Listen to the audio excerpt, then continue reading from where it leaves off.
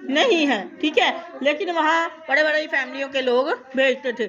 اللہ پاک فرماتے ہیں پھر بھی تم پر کوئی گناہ نہیں ہے۔ اذا جب سلم تم دائی کو یا دائیا کو یا دودھ پلانے والی عورت کو دے دو، اپنا بچہ حوالے کر دو، ما آتیتم جو تم نے اس کے لیے مقرر کیا ہے دودھ پلانے کی اجرت یا مزدوری یا پے جو ہے مقرر کی ہے، بالمعروف اس کو دے دو، تو وہ بھی اس کو اجرت بھی پوری دو۔ واتقوا اللہ اور اس معاملے میں اللہ سے ڈر جاؤ، وَاعْلَمُوا اور تم جان لو، ان اللہ بے شک اللہ پاک بما اس کو جو تعملون تم کام کرتے ہو بصیر خوب دیکھنے والا ہے۔ وما توفیقی الا باللہ وما علینا